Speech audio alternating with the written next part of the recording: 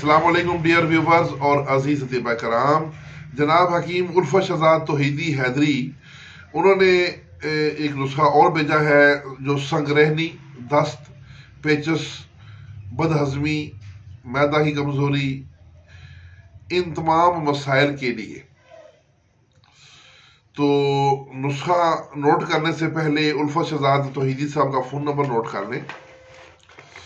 0300 5643 171 0348 5252 024।